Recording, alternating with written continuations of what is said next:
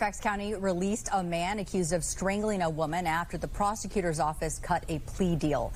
Immigration and Customs Enforcement told our Nick Minock that the man had a prior federal conviction for a firearms crime, was deported twice, and illegally re-entered the United States twice. Now he's back in the community. Tonight, Virginia Attorney General Jason Miyares is blasting Fairfax County's stance on undocumented immigrants. A man who was charged with strangling his ex-wife, assaulting a family member, and abduction by force was released back into the community after Fairfax County Commonwealth's Attorney Steve Descano's office cut a plea deal. That's according to court documents 7 News obtained, which shows the felony strangulation charge was dropped for a guilty plea on a misdemeanor. The man was charged in January. The Fairfax County Sheriff's Office said he was recently released from jail because of his misdemeanor conviction.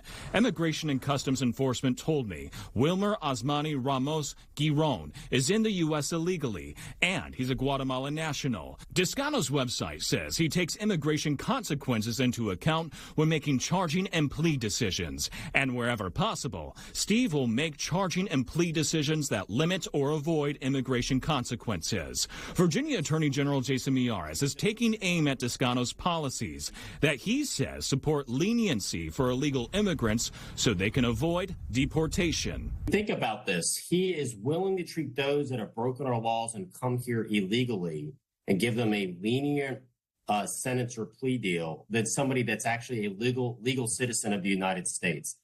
That's unconscionable to me that someone would think that that is in some way protecting our community. And somebody like Descano clearly views himself as a social worker instead of a prosecutor. That's not your role.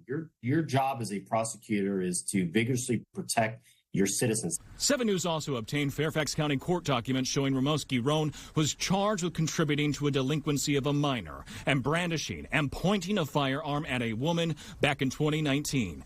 ICE told me they deported Ramos Giron in 2012 and 2020, but he re-entered the U.S. illegally after being deported twice.